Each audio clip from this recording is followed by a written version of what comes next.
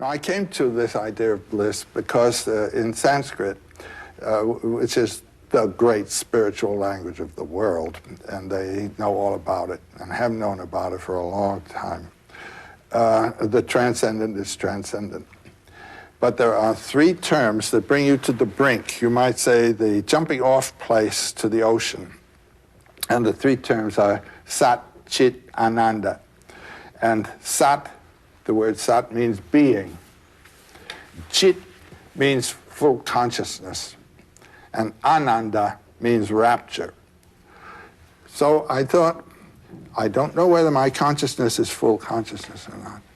I don't know whether my being is proper being or not, but I do know where my rapture is. So let me hang on to rapture, and that'll bring me both being and full consciousness, and it works. What was your rapture? Well, it started with Indians, and then it went on into more and more mythological matters and the realm of the arts, music, and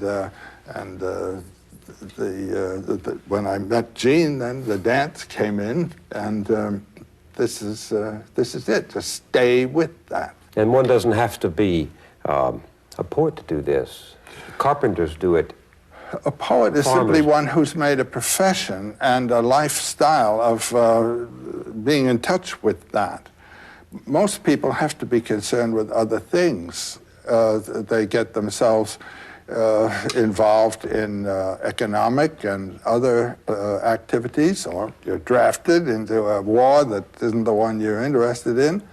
And how to hold to this umbilical, you might say, on those circumstances, that's a technique each one has to work out for himself somehow. But most people living in that realm of what might be called occasional concerns, they all have the capacity that's waiting to be awakened to move to this other place. I know it. I've seen it happen in students.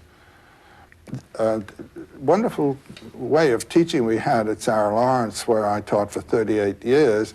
I'd have an individual conference with every one of my students at least once a fortnight for half an hour or so. And there you're talking on about the things that students ought to be reading, and suddenly you hit on something that the student really responds to. You can see the eyes open, the complexion changes, a life possibility has opened there. And all you can say to yourself is, I hope this child hangs on to that, you know. They may or may not, but when they do, they've found a life right there in the room with you. How would you advise somebody to tap that spring of eternal life, that joy that is right there? Well, we're having experiences all the time, which may, on occasion, render some sense of this, a little intuition of where your joy is. Grab it. No one can tell you what it's going to be. I mean, you've got to learn to recognize your own depths. Do you ever have this sense when you're following your bliss, as I have at moments, of being helped by hidden hands? All the time. It's miraculous. I even have a superstition that has grown on me as the result of invisible hands coming all the time. Namely, that if you do follow your bliss, you put yourself on a kind of track that has been there all the while waiting for you. And the life that you ought to be living is the one you're living somehow. And when you can see it, you begin to deal with people who are in the field of your bliss, and they open doors to you. I say follow your bliss and don't be afraid, and doors will open where you didn't know they were going to be. Do you ever have sympathy for the man who has no invisible means of support? Who has no invisible means? Yes, he's the one that evokes compassion, you know, the poor chap. And to see him stumbling around when the water of immortal life is right there is really, it evokes one's pity. Right there? Hmm? Right there? You Yes. believe that? Yes. The waters of eternal life? Right there. Where? Wherever you are.